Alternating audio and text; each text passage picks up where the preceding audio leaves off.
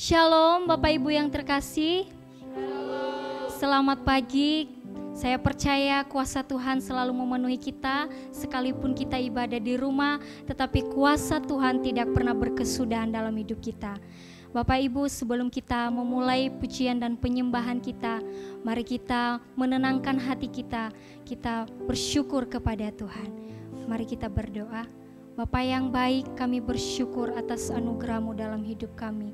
Engkau sangat baik Tuhan dalam hidup kami. Tuhan, kami datang di hadapan-Mu dengan penuh kerendahan hati dan kerinduan. Kami datang dengan Tuhan kesungguhan hati kami. Tuhan, kami mau memuji menyembah Engkau Tuhan Yesus. Engkau ada di tengah kami Tuhan, Engkau penuhi setiap kami Tuhan Yesus. Terima kasih Tuhan. Di dalam nama Tuhan Yesus Kristus kami berdoa. Haleluya. Amin. Bapak Ibu, mari kita mengangkat pujian kita. Kita datang di hadapan Tuhan. Kita percaya kuasa Tuhan. Kita percaya kuasa Tuhan memenuhi kita. Mari kita datang di hadapan Tuhan. Bapakku datang menyembah-Mu di sini. Ku percayakan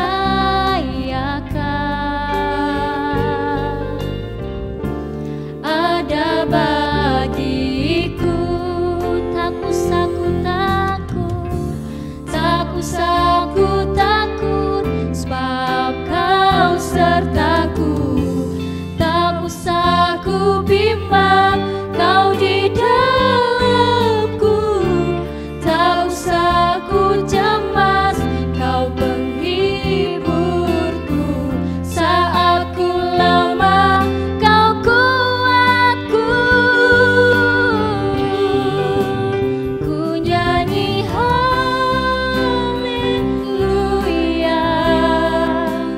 ku nyanyi haleluya.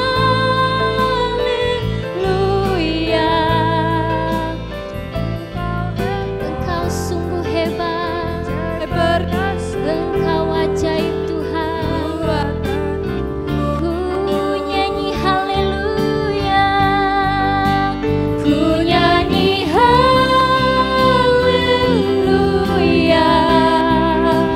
ku nyanyi haleluya. Sungguh Kau hebat, ajaib perkasa perbuatan-Mu di hidupku. Oh, haleluya. Kami datang di hadapan-Mu Tuhan.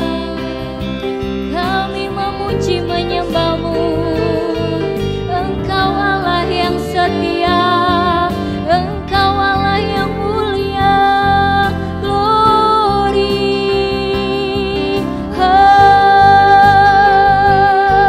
haleluya. Terima kasih Tuhan, terima kasih. Kami percaya kuasa-Mu, kami percaya lawatan-Mu penuhi setiap kami. Oh, haleluya. Kami percaya hadirat-Mu penuhi kami, Yesus. Kami percaya kuasa-Mu penuhi setiap kami Tuhan. Terima kasih Yesus. Haleluya. Amin. Puji Tuhan, kembali kita mengangkat pujian kita, yaitu Allah yang setia. Kita percaya Tuhan yang paling setia dalam hidup kita.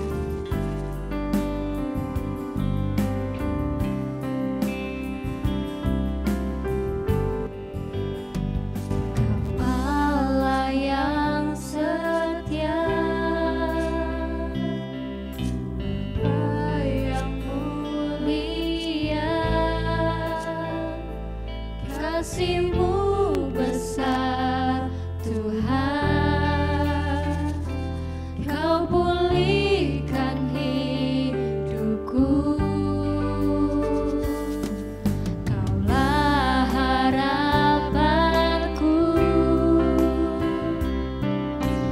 hidupku dalam-Mu. Kasih berkasih Tuhan, Kau selamatkan hidupku. Dengan apa kan ku balas segala kebaikan-Mu Tuhan. Segenap hatiku menyembah-Mu Yesus, ku bersyukur padamu. Dengan apa kan ku balas segala kebaikan-Mu. Segenap hatiku menyembah-Mu Yesus, ku bersyukur padamu selamanya.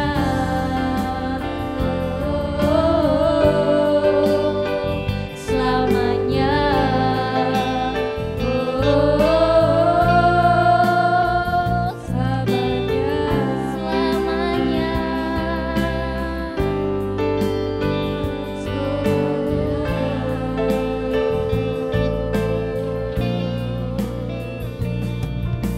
Haleluya, kami bersyukur padamu.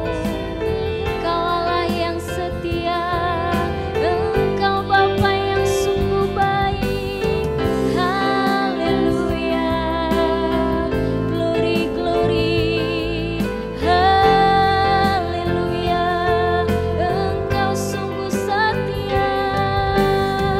Yesus, kami bersyukur. Haleluya.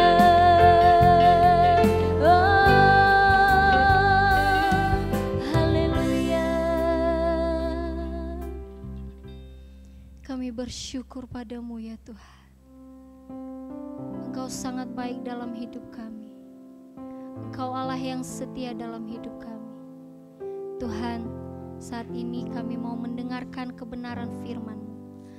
Kami percaya Tuhan Engkau membukakan firman-Mu kepada kami. Engkau yang berbicara melalui hamba-Mu Tuhan. Dan kami buka hati kami kepadamu Yesus.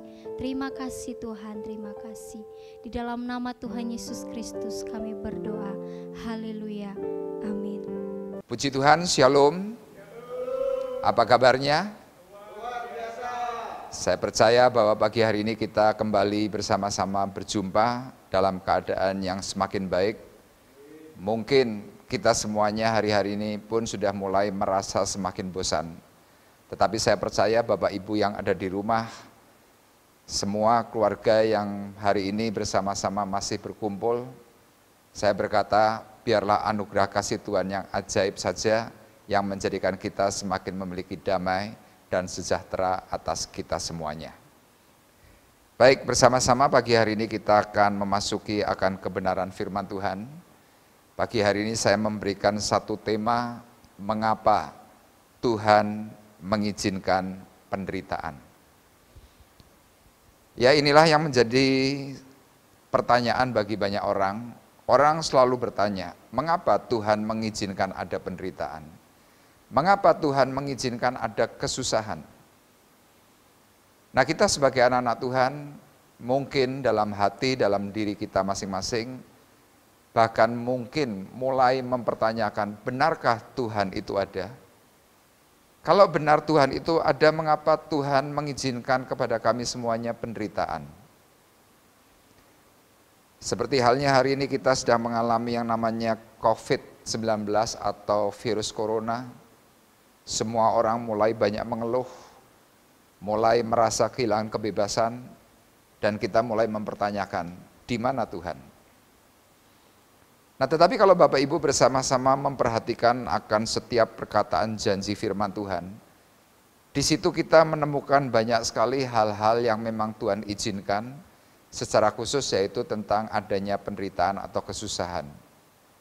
Buat sebagian orang bertanya, Pak, saya sudah taat, Pak, saya sudah setia, tetapi kenapa penderitaan, kesusahan itu semakin menjadi-jadi? Nah, firman Tuhan mencatat dalam Kisah Para Rasul pasal yang ke-7, ayat 4 sampai dengan ayat yang ke-10, di situ diceritakan bagaimana Bapak Abraham sebagai satu pribadi yang sudah taat, mengikuti apa yang Tuhan inginkan, tetapi ternyata dia pun juga mengalami yang namanya kesusahan. Firman Tuhan dalam Kisah Para Rasul pasal 7 ayatnya yang ke-5, di situ dikatakan bahwa di situ Allah tidak memberikan milik pusaka kepadanya. Bahkan setapak tanah pun tidak. Saudara bisa bayangkan Abraham yang sudah menerima janji, tapi ternyata dia tidak mendapatkan sesuatu yang dijanjikan. Itu adalah sebuah kesusahan. Kemudian halnya yang lain, Abraham sempat beberapa waktu tidak punya anak. Itu pun merupakan kesusahan. Dan waktu itu juga keturunannya menjadi pendatang di tanah Mesir, diperbudak, itu juga merupakan kesusahan. Banyak sekali kesusahan-kesusahan yang dialami oleh keturunan-keturunan Abraham. Tetapi kalau Bapak Ibu perhatikan, ternyata di titik tertentu penderitaan atau kesusahan itu membawa kepada yang namanya kemuliaan. Nah, sedemikian juga dengan keberadaan Tuhan Yesus Kristus, Tuhan pun mengalami banyak penderitaan sewaktu ada di dunia. Nah, kita akan bersama-sama membuka di dalam Alkitab kita masing-masing. Bapak Ibu yang ada di rumah bisa membuka Alkitab dan mungkin juga bisa membuka dalam WA saudara yang ada aplikasi Alkitab. Saya mengajak Bapak Ibu membuka dalam kitab atau surat Ibrani, pasalnya yang kedua, ayatnya yang ke-10. Ibrani 2 ayatnya yang ke-10. Saudara perhatikan, saya akan bacakan firman Tuhan berkata, sebab memang sesuai dengan keadaan Allah yang baginya dan olehnya segala sesuatu dijadikan, yaitu Allah yang membawa banyak orang kepada kemuliaan, juga menyempurnakan Yesus yang memimpin mereka kepada keselamatan dengan penderitaan.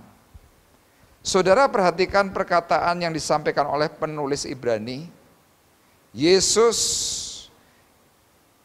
yang baginya, olehnya, oleh Bapa di surga, segala sesuatu dijadikan. Allah yang membawa banyak orang kepada kemuliaan, juga menyempurnakan Yesus yang memimpin mereka kepada keselamatan dengan penderitaan.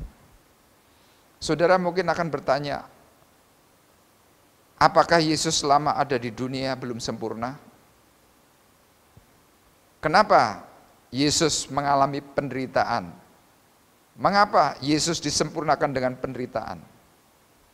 Ya, saya mau katakan bahwa ini adalah contoh teladan. Yesus secara manusia roh dia sempurna. Tetapi secara manusia daging, Yesus belum sempurna. Makanya Allah Bapa di surga mengizinkan Yesus mengalami penderitaan secara daging. Nah, hal yang seperti inilah yang pada akhirnya kita juga bisa bersama-sama belajar. Iya ya, Yesus yang sangat baik, Yesus penebus, Yesus penolong, Yesus yang memberikan nyawanya untuk kita semuanya. Dia pun rela menderita. Nah, demikian juga kita yang hari-hari ini mungkin sudah mulai merasa taat, mulai sudah setia, merasa setia di hadapan Tuhan. Kemudian kita mungkin mempertanyakan, kenapa aku harus juga menderita? Saya berkata sekali lagi bahwa penderitaan itu akan membawa kita kepada kesempurnaan. Nah, hari ini kita akan bersama-sama eksposisi dalam surat 1 Petrus 1 ayat 1 sampai dengan ke-9. Ya, judul perikop dari 1 Petrus 1 ayat 1 sampai dengan yang ke-9 adalah pengharapan, iman, dan kasih. Saya sangat berharap melalui kebenaran firman Tuhan yang saya akan sampaikan ini, kita boleh semakin mengerti bahwa kadang-kadang mengapa Tuhan izinkan penderitaan, mengapa Tuhan izinkan yang namanya kesusahan hidup.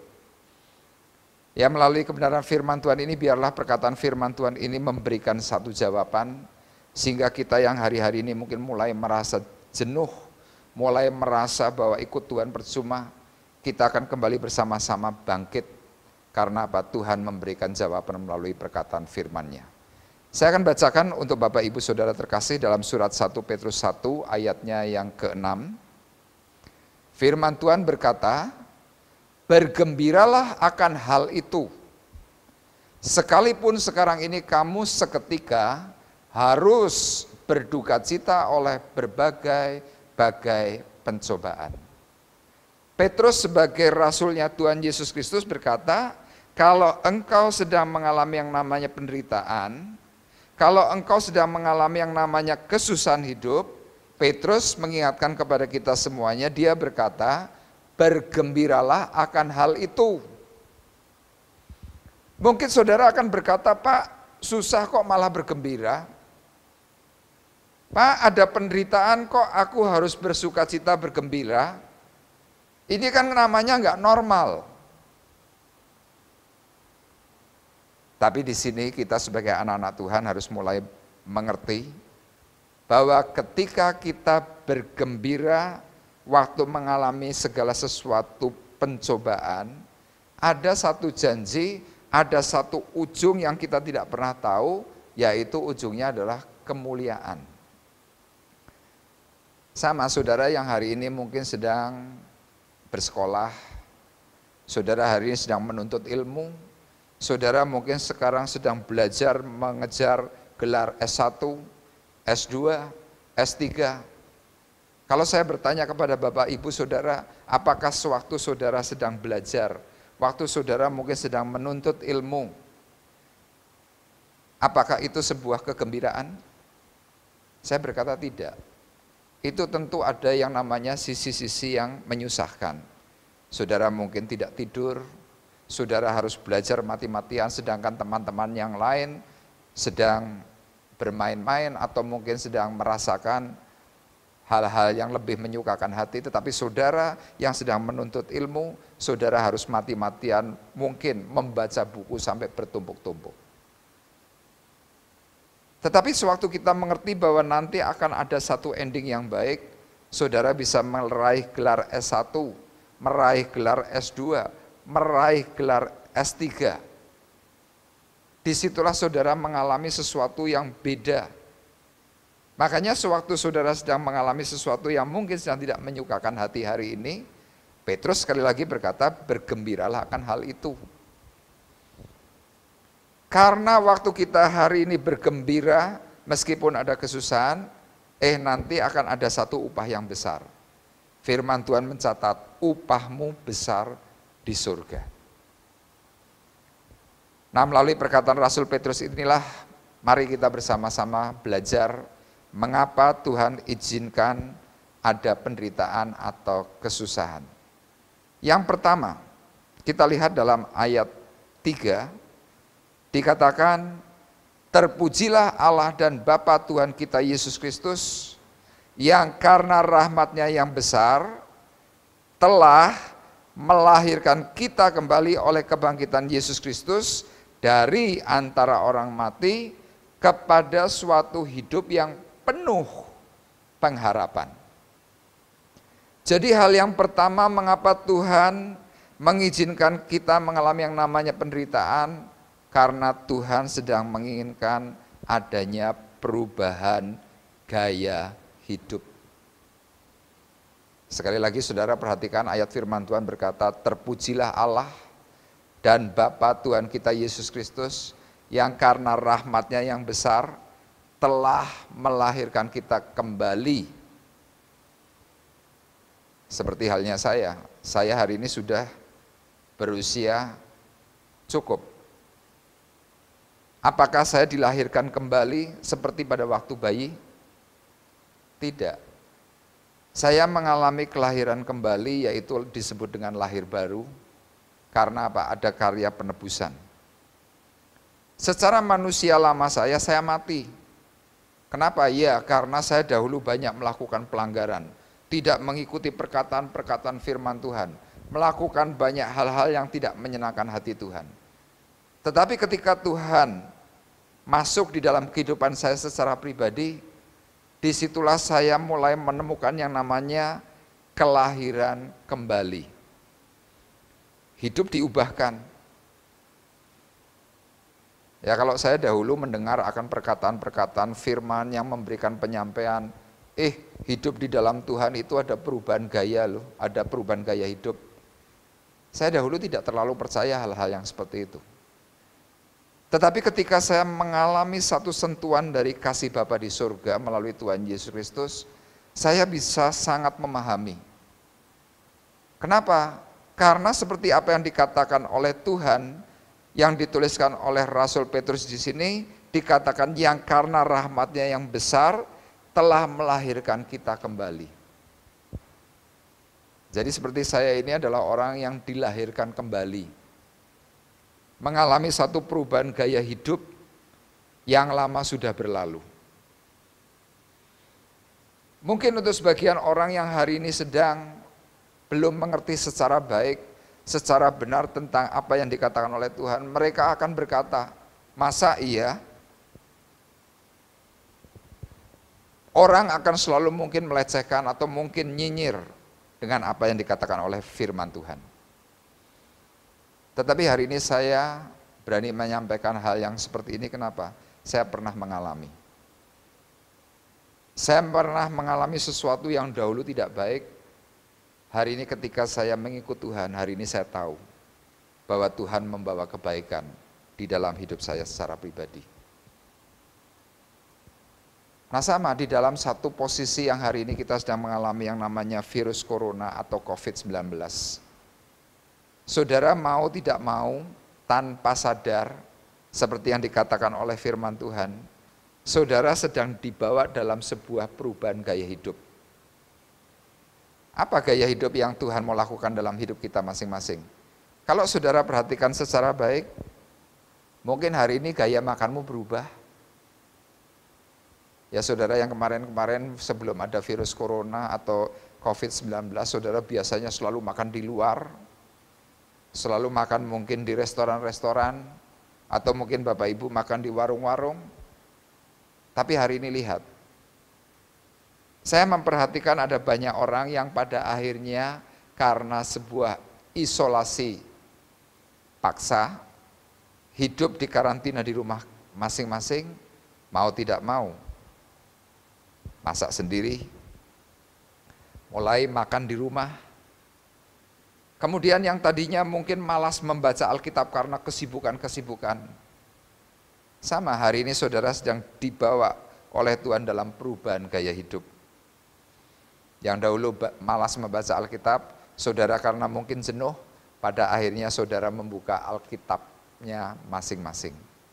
Saudara mau tidak mau dalam kejenuhan yang sedang saudara alami, saudara mulai membuka-buka Alkitab.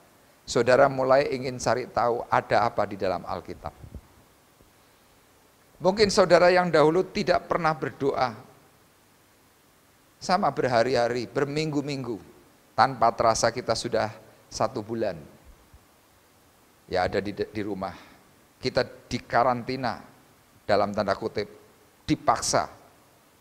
Akhirnya kita tidak mau mempelajari firman Tuhan, kita mau tidak mau mulai membaca Alkitab, dan mau tidak mau kita juga akhirnya harus tersungkur di hadapan Tuhan dalam berdoa.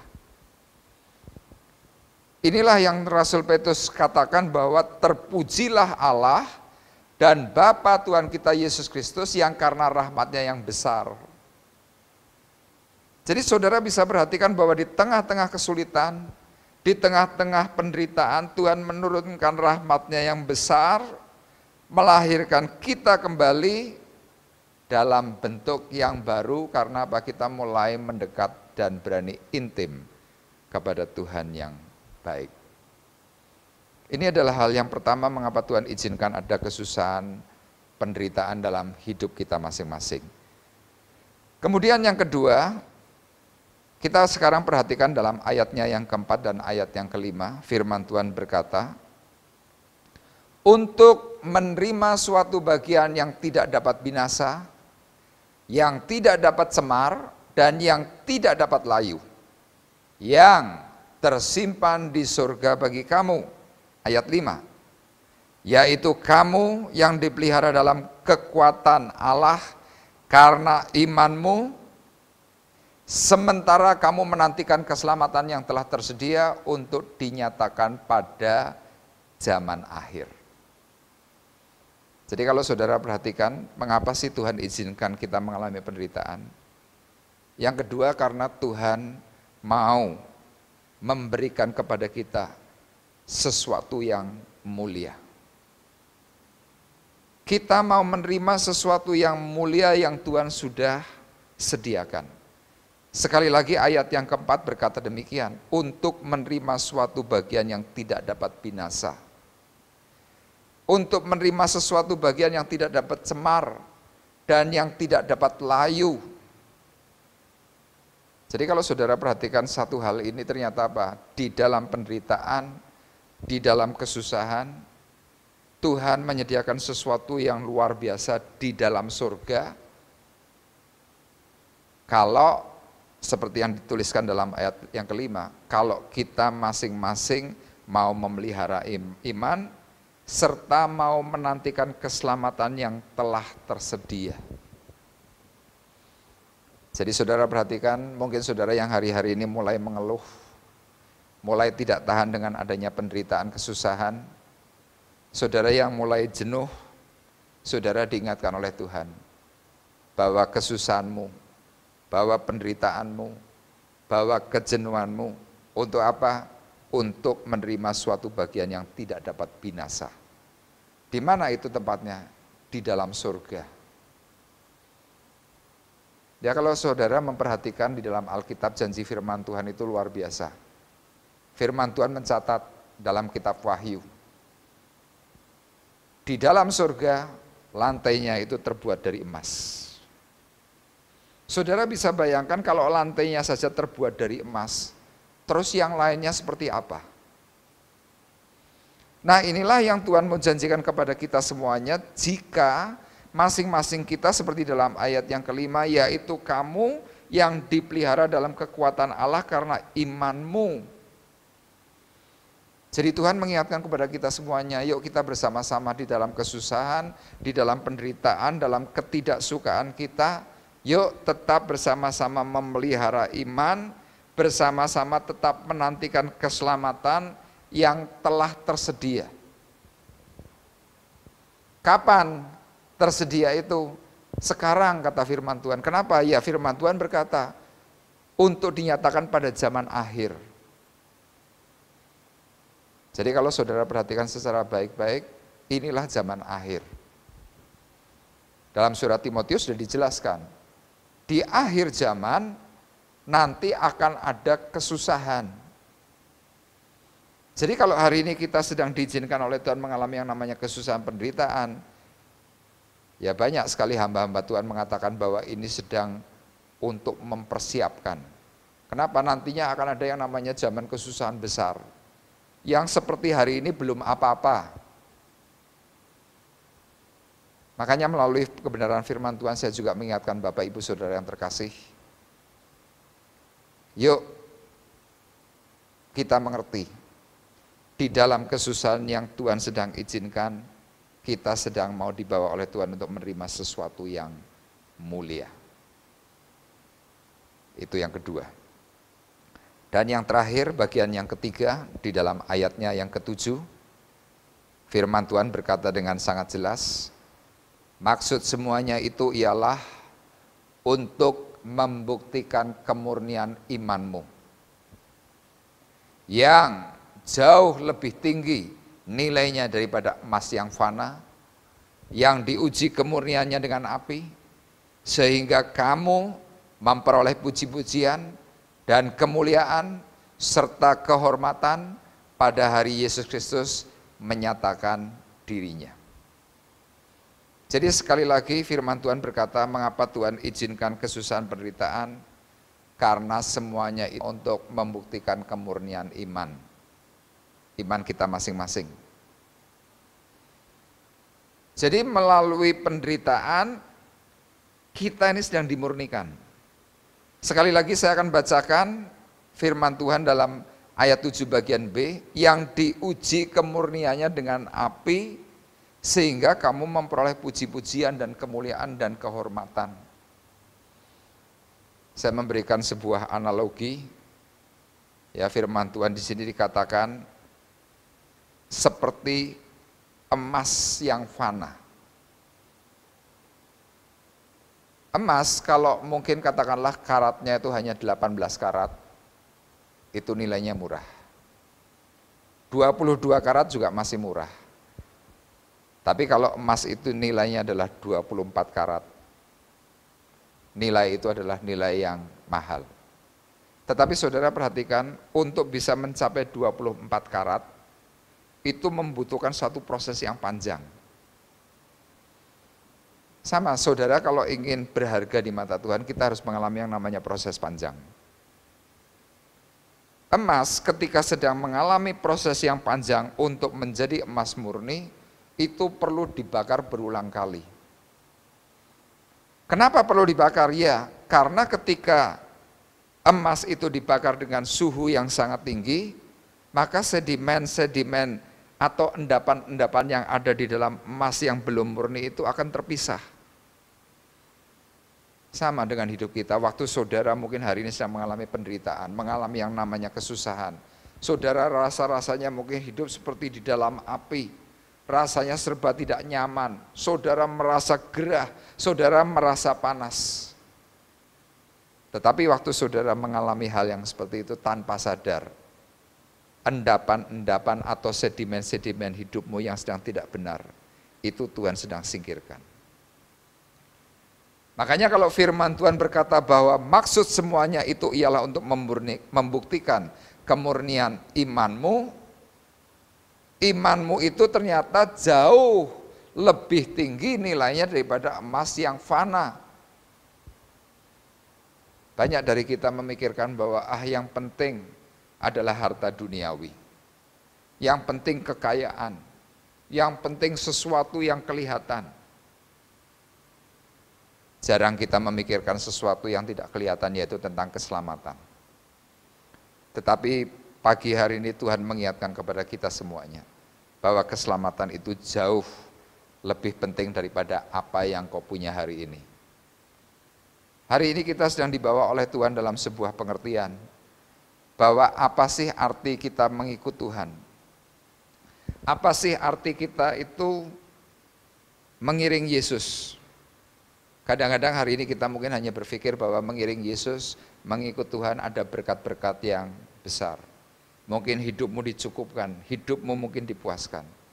Tetapi hari ini Tuhan membawa kepada kita semuanya satu pengertian yang lebih benar, bahwa keselamatan kekal itu adalah hal bagian yang lebih penting daripada hal yang lain. Makanya ketika kita masing-masing hari ini mungkin sedang diuji oleh Tuhan, hari ini kita sedang dibawa oleh Tuhan dalam kesusahan penderitaan. Sekali lagi firman Tuhan berkata, maksud semuanya itu ialah untuk membuktikan kemurnian imanmu. Kalau hari ini imanmu bisa diuji dan engkau lulus, Tuhan akan berkata, Tuhan akan menyatakan hal yang terakhir dalam ayat yang ke-9 dikatakan, karena kamu telah mencapai tujuan imanmu, yaitu keselamatan jiwamu. Jadi kalau hari ini saudara mungkin sempat bertanya, atau kemarin saudara sempat bertanya, Pak, apa sih tujuan daripada iman percaya yang aku miliki? Sebagian orang mungkin berkata supaya aku disembuhkan. Sebagian orang mungkin berkata bahwa, aku percaya, aku beriman kepada Yesus, supaya aku mengalami berkat kekayaan dunia. Tetapi hari ini Rasul Petrus berkata kepada kita semuanya, dia memberikan satu catatan kepada sidang jemaat yang dilayani, bahwa tujuan iman kita masing-masing, yaitu keselamatan jiwa. Nah, biarlah perkataan firman Tuhan pagi hari ini memberikan anugerah dan pengertian yang baru kepada kita semuanya, yang mungkin hari-hari ini kita sedang mengalami kesusahan hidup, mengalami penderitaan hidup, mengalami hal-hal yang tidak menyukakan. Ada 3 hal yang Tuhan sudah sampaikan kepada kita semuanya.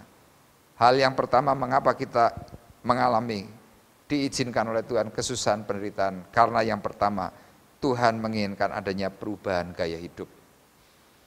Biarlah yang lama berlalu, yang baru ini sekarang sudah tumbuh.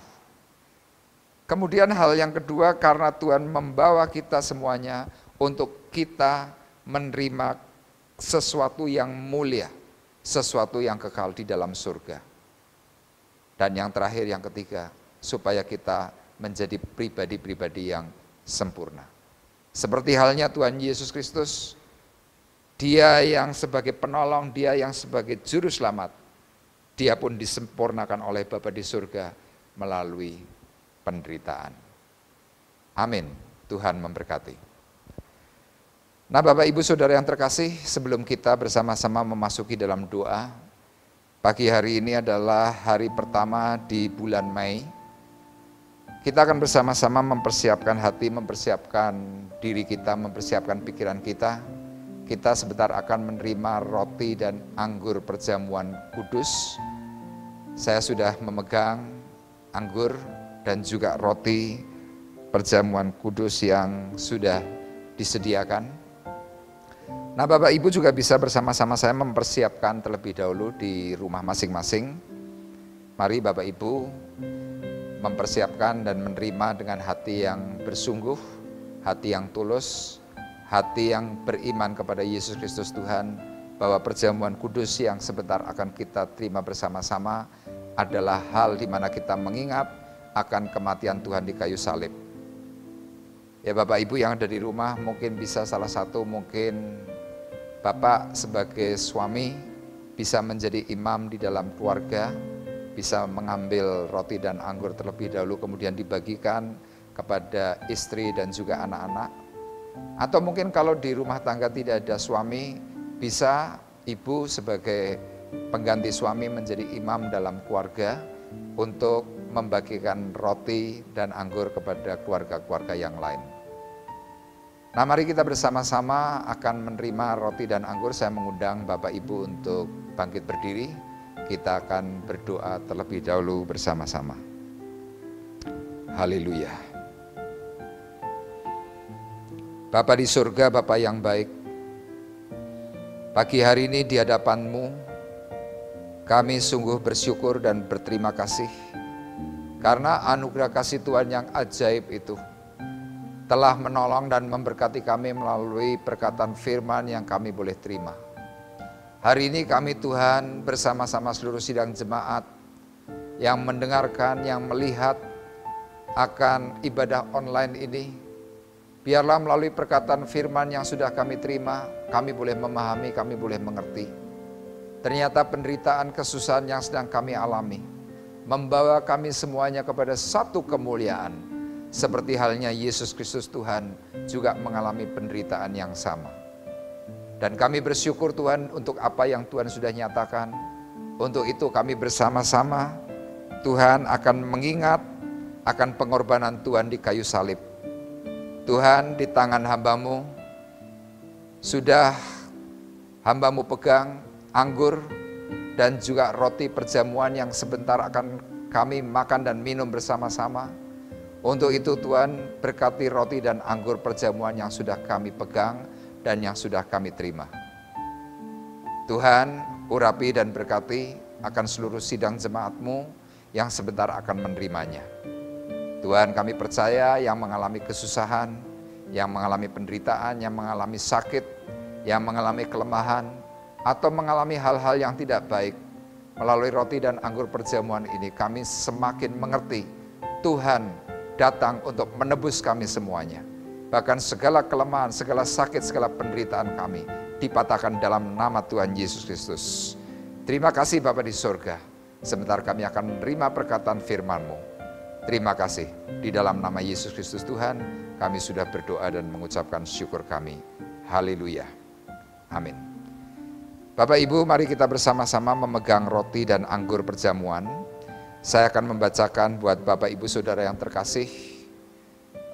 Seperti dikatakan dalam surat 1 Korintus pasal 11, dikatakan, sebab apa yang telah kuteruskan kepadamu, telah aku terima dari Tuhan, yaitu bahwa Tuhan Yesus pada malam waktu ia diserahkan, ia mengambil roti. Dan sesudah itu ia mengucap syukur atasnya, ia memecah-mecahkannya dan berkata, inilah tubuhku yang diserahkan bagi kamu. Perbuatlah ini menjadi peringatan akan aku. Demikian juga ia mengambil cawan, sesudah makan lalu ia berkata, cawan ini adalah perjanjian baru yang dimeteraikan oleh darahku. Perbuatlah ini setiap kali kamu meminumnya, menjadi peringatan akan aku. Nah, sidang jemaat Tuhan terkasih, marilah kita bersama-sama mengangkat roti lebih tinggi dari kepala kita masing-masing. Mari kita dengan iman percaya bersungguh-sungguh di hadapan Tuhan. Terimalah perkataan firman-Nya. Bukankah roti yang kita pecah-pecahkan adalah persekutuan dengan tubuh Kristus? Amin. Dalam nama Tuhan Yesus Kristus, kita makan bersama-sama. Haleluya.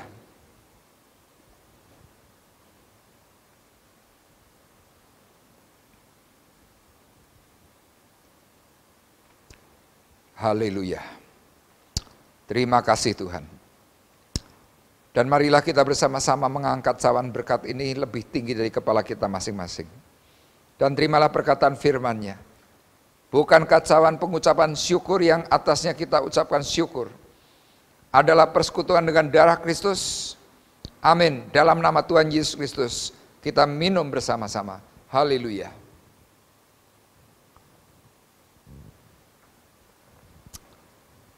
Haleluya. Terima kasih Bapa di surga untuk segala berkat anugerah-Mu yang mengalir bagi kami semuanya. Terima kasih Tuhan untuk kasih dan pemeliharaan-Mu. Pagi hari ini Tuhan kami bersama-sama semakin mengerti betapa kasih-Nya Tuhan atas kami. Kami boleh semakin mengerti betapa cintanya Tuhan atas kami. Melalui kesusahan, melalui penderitaan yang sedang kami alami semuanya. Ternyata Tuhan membawa kami kepada jalan kemuliaan. Tuhan, biarlah pikiran kami diubahkan. Hati kami boleh mengalami ketentraman. Hati kami boleh mengalami berkat dan damai sejahtera sukacita yang daripada Tuhan. Sehingga kami boleh tetap setia datang untuk mendengar setiap apa yang Tuhan katakan. Kami boleh semakin intim mendekat kepada Tuhan untuk memuji, mempermuliakan nama Tuhan. Terima kasih Bapa di surga untuk segala hal yang Tuhan sudah berikan melalui perjamuan kudus yang sudah kami terima, melalui Tuhan firman yang Tuhan juga berikan kepada kami. Biarlah membuat kami memiliki semangat, membuat kami boleh semakin cinta dan mengasihi Tuhan. Terima kasih Bapa di surga. Sebentar kami akan berpisah. Sebelum kami berpisah Tuhan, kami berdoa untuk sidang jemaat-Mu yang sedang mengalami kelemahan, yang sedang mengalami sakit, yang sedang mengalami kekurangan. Tuhan, kiranya Engkau memberikan pemulihan, memberikan kekuatan, memberikan Tuhan hal-hal yang baik atas mereka semuanya. Bahkan Tuhan beri kelimpahan. Bahkan mereka Tuhan yang sedang mengalami Tuhan akan krisis ekonomi, Tuhan juga menolong dan memberkati mereka. Terima kasih Bapa di surga. Kami juga terus berdoa Tuhan untuk bangsa dan negara Indonesia. Berdoa untuk Bapak Presiden. Berdoa untuk Wakil Presiden. Tuhan, kami juga berdoa untuk para menteri, para gubernur. Tuhan, untuk para bupati, para camat, para RW, RT, bahkan lingkungan terkait. Kami berdoa di dalam nama Yesus, supaya anugerah kasih Bapa di surga turun melimpah atas mereka. Sehingga kami boleh semakin bertekun, kami boleh semakin kuat di dalam Tuhan. Bahkan kami juga berdoa Tuhan, mohon supaya bangsa dan negara Indonesia ini Engkau beri anugerah iman percaya. Sehingga mereka boleh menerima Yesus Kristus Tuhan sebagai Tuhan dan Juru Selamat kami semuanya. Terima kasih Bapa di surga. Kami sudah berdoa dan mengucapkan syukur. Dan kami percaya Tuhan, Engkau akan menyelesaikan akan virus corona COVID-19 ini dengan cara Tuhan yang heran. Tidak lupa kami juga berdoa Tuhan untuk para medis, dokter, perawat, bahkan rumah sakit. Kami berdoa di dalam nama Yesus supaya tudung kemuliaan-Mu, pertolongan yang daripada Tuhan melingkupi mereka semuanya, sehingga mereka boleh melakukan tugas mulia, menolong pasien-pasien yang sedang mengalami sakit penyakit. Terima kasih Bapa di sorga. Kami juga berdoa Tuhan untuk segala sesuatu perekonomian yang ada untuk bangsa dan negara Indonesia, bahkan untuk negara-negara yang lain.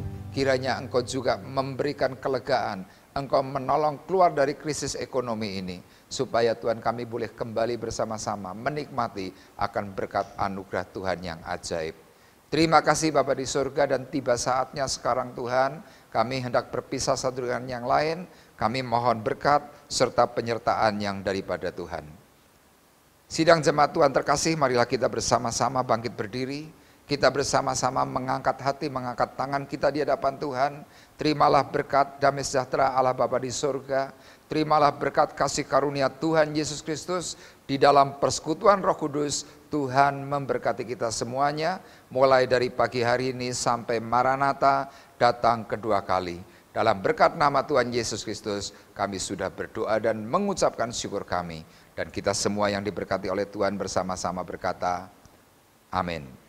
Puji Tuhan, ibadah pagi hari ini sudah selesai, dan kiranya Tuhan memberkati kita semuanya dengan berkat dan damai sejahtera atas hati dan pikiran kita semuanya. Amin. Tuhan memberkati. Shalom.